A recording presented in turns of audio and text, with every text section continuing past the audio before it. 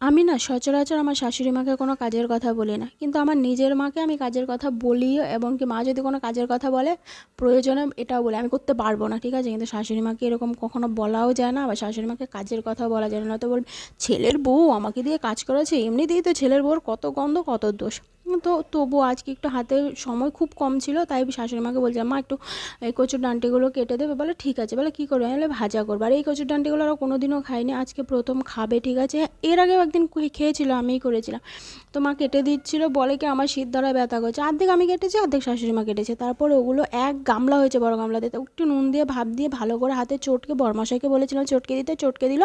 তারপর চিপে চিপে কড়াইয়ে দেখো তেল দিয়েছি, শুকনো লঙ্কা তেজপাতা সাদা জিরে ফোড়নে দিয়ে এই ভাজাটা দিয়ে দিয়েছি, ঠিক আছে, দিয়ে ভালো করে নুন হলুদ দিয়ে নেড়ে চেড়ে এখানে উপর চিনি দিয়েছি মিষ্টির জন্য, আর নারকেল কুড়িয়ে রেখেছিলাম সেটা দিয়েছি, আর একটু নেড়ে চেড়ে ভাজা ভাজা করে নামিয়েছি।